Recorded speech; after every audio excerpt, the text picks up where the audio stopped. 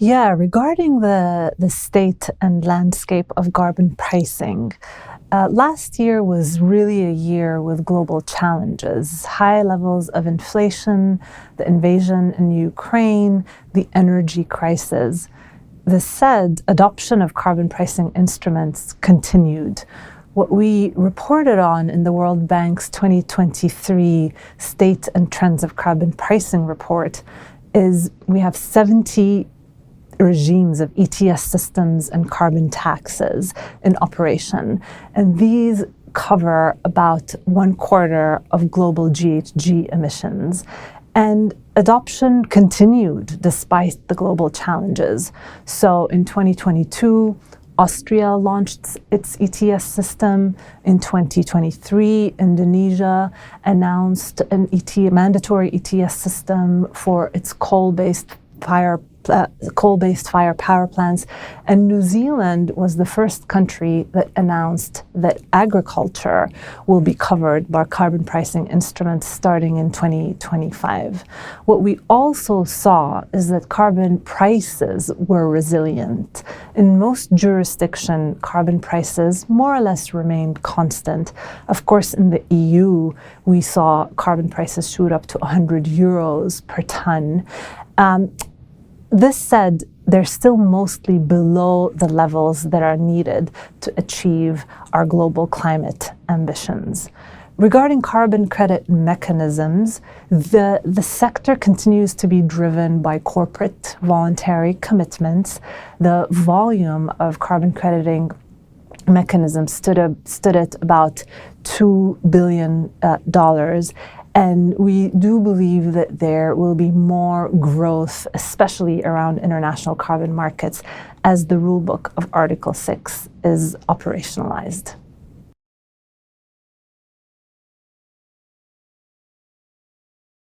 Options for countries that want to set a price on carbon. We, of course, have direct carbon pricing instruments like carbon taxes, ETS systems, and carbon crediting mechanisms. And let's go through each one of these. Carbon taxes. Carbon tax is essentially a fee per ton of CO2 emissions that is levied on fossil fuels, so oil, natural gas, or coal, typically levied at the point of entry into an economy. An ETS system is a market-based mechanism, and it's used to incentivize emission reduction in an economy. And typically the way that works is a regulatory authority would set a cap on the total allowable emissions, and this could be around a collection of sectors or a geographical area. Allowances are then offered to market players, either via auctions or given freely. And then market players are allowed to trade amongst themselves. So a polluter might need to buy more carbon credits, and an entity that is actually achieving reductions could sell the allowances that it has. Regarding carbon credit mechanisms, it's essentially a way to reward projects for achieving carbon reductions, avoidance, or sequestration. And the way this works, for instance, is say a project such as a renewable energy project that is displacing a fossil fuel plant. The way that it works is, the project would prepare documentation, submit to a standard, and as a project is implemented, independent verifiers would measure and verify the emissions that are actually achieved from a project, and these credits could also be sold in the market. Of course, there are also indirect carbon pricing instruments such as fuel excise taxes and fossil fuel subsidies, which are absolutely critical to achieve our climate goals as well.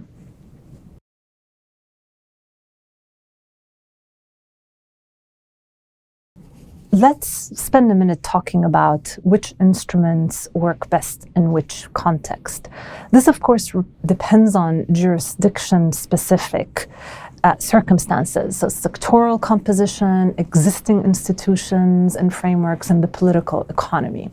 So for carbon taxes, for instance, if revenue certainty is really a priority, then carbon taxes can be very effective, especially in smaller economies where there are institutions and a transparent tax framework.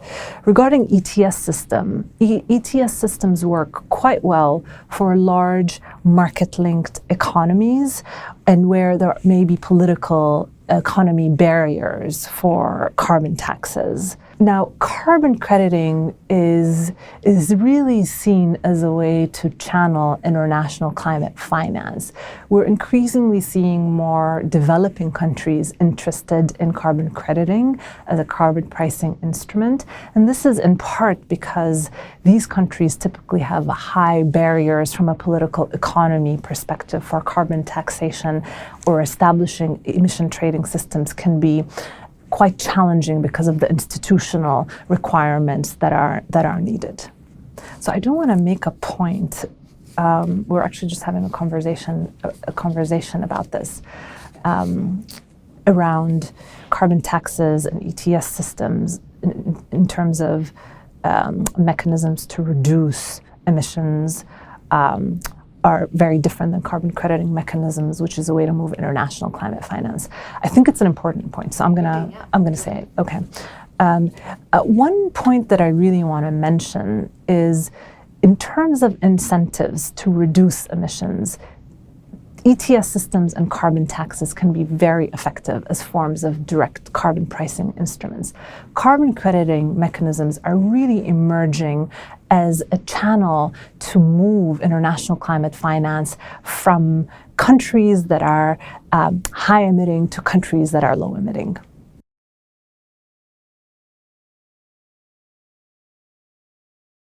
So the key elements to establish successful carbon pricing instruments: 1, political support; 2, institutional capacity; 3, effective communication across the board with stakeholders; and then 4thly, stakeholder engagement. And this is really critical because carbon pricing will have distributional impacts. So effective plans to ensure a just application of carbon pricing instruments is really important.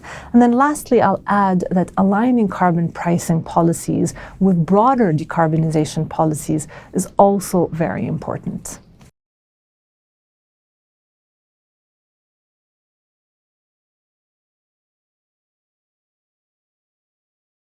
Countries can benefit from carbon pricing if they're part of a broader climate strategy. Carbon pricing effectively internalizes an externality that is not priced. It enables capital to be channeled to where it's supposed to go, towards the green transition, towards renewable energy projects. So it essentially corrects or provides a correct market signal. There are many examples of where this has occurred effectively. If you look at California's cap and trade system, revenues from the cap and trade system were used to fuel the green energy transition, to finance e-buses in schools, new light rail stations. Similarly, in Ireland, reforms that were introduced in 2020 to the carbon tax regime were used towards communities and towards the just transition. Another example is Germany, where revenues from the ETS system were really funneled towards the transportation system. In Germany, where revenues from the ETS system, from the heating and transportation sector, were channeled to lower electricity rates and cover transportation costs for commuters.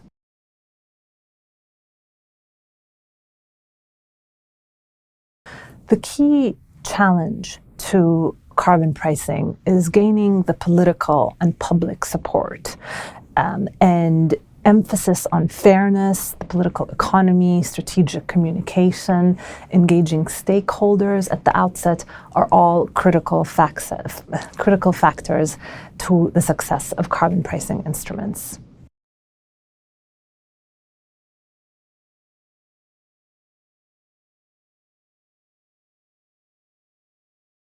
So carbon pricing is really one tool out of a broad arsenal of policy tools and instruments that are needed to achieve our climate goals.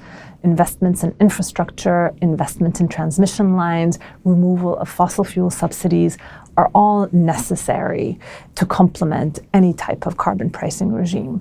For us at the World Bank, we're really supporting our client countries across the board through our Partnership for Markets Implementation program. We're directly supporting countries on capacity building in these areas on ETS system, carbon taxes, and carbon crediting mechanisms. And in addition to that, through our country climate development reports, we're identifying opportunities for us to engage with countries on reforms beyond direct carbon pricing, including things such as removal of fossil subsidies, which, as I mentioned earlier, is a form of indirect carbon pricing, which is necessary to address. Since COP26, where there was agreement on Article 6 and consensus that the rulebook fleshing out Articles 6.2 and 6.4 is really going to be part of the Paris Agreement infrastructure, we're seeing quite a bit of demand from client countries, especially in our African, especially among our clients in sub-Saharan Africa, for support on monetizing their emission reduction credits in international carbon markets. And this is an area that the World Bank is working on to support clients to do this. Yeah, I mean, it's always, with carbon markets, folks don't always want to talk about it so much because of there are integrity issues that are still in the process of being resolved, both on the supply side and on the demand side as well. But to the extent that we can address some of these challenges, then we could really unlock the potential of carbon markets to really channel international climate finance, especially to developing countries.